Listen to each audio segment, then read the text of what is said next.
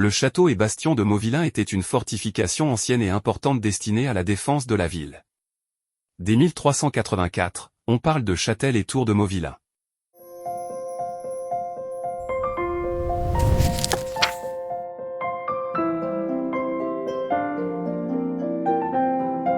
En 1524, on construit les remparts depuis Mauvillain jusqu'à la tour Saint-Georges. La tour et la butte Saint-Georges se trouvaient alors au bout du cours d'Ormesson, en face de l'actuel canal Louis XII.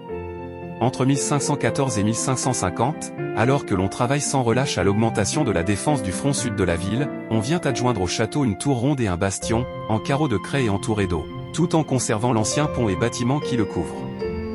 Il est difficile de dire exactement comment était fait le bâtiment construit sur le pont, aucune description ne nous étant parvenue. Il était sans doute semblable à celui du château du Marché. Au-dessus du pont, construit en pierre dite de Savonnière, on peut apercevoir encore aujourd'hui des corbeaux à flanc de mur, ce qui laisse à penser qu'une bretèche devait se trouver à cet emplacement. C'était une sorte de guérite en encorbellement muni d'ouvertures permettant de lancer des projectiles à la verticale, et ainsi de protéger l'entrée de la ville. L'ensemble fut achevé en 1550, il emporte encore cette date, encadré de 4 écussons mutilés.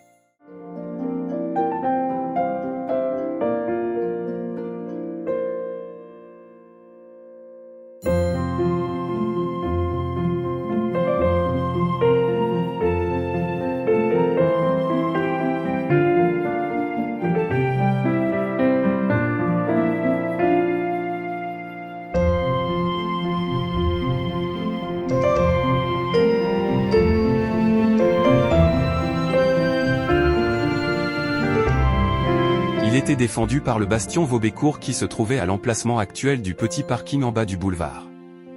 L'accès se faisait par une ouverture dans le rempart, dite porte Chambreau. L'échauguette au saillant du bastion fut refaite en 1614, en appareillage champenois, c'est-à-dire en alternance de briques rouges et de moellons de craie. Elle repose sur un cul de lampe mouluré.